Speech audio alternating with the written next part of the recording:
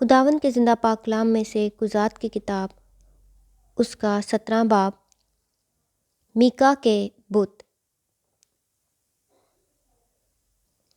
اور افرائیم کے کوہستانی ملک کا ایک شخص تھا جس کا نام میکا تھا۔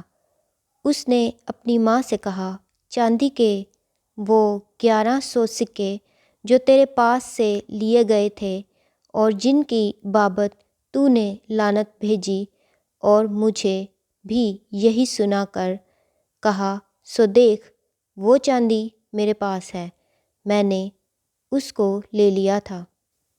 اس کی ماں نے کہا، میرے بیٹے کو خداوند کی طرف سے برکت ملے، اور اس نے چاندی کے وہ 1100 سکے اپنی ماں کو پھیر دیے۔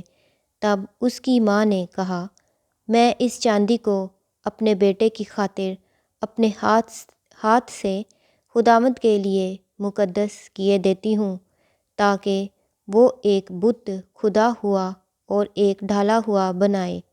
سو اب میں اس کو تجھے پھیر دیتی ہوں۔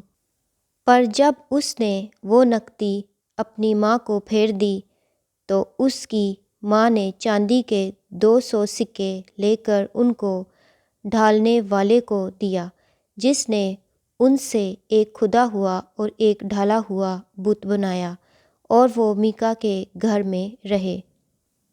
اور اس شخص میکا کے ہاں ایک بت خانہ تھا، اور اس نے ایک افود اور ترافیم کو بنوایا، اور اپنے بیٹوں میں سے ایک کو مخصوص کیا جو اس کا کاہن ہوا۔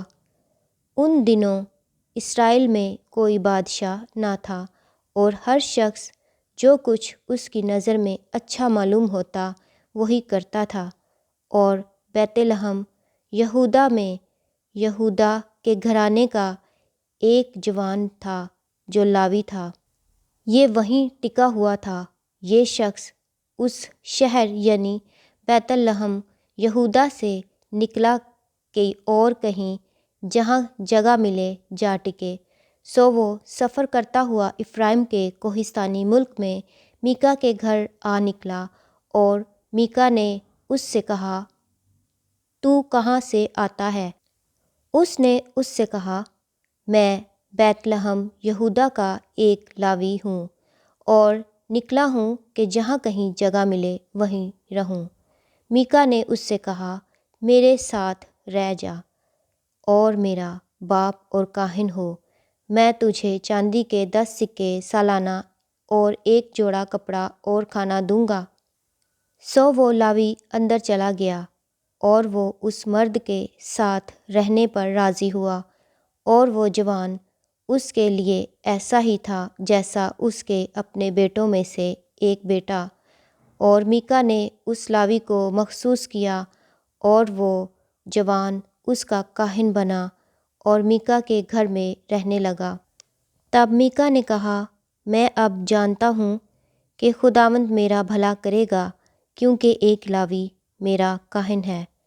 خداوند کے زندہ پاک کلام کے پڑھے اور سنے جانے پر خداوند کی خاص برکت ہو۔ خدا کا شکر ہو، آمین۔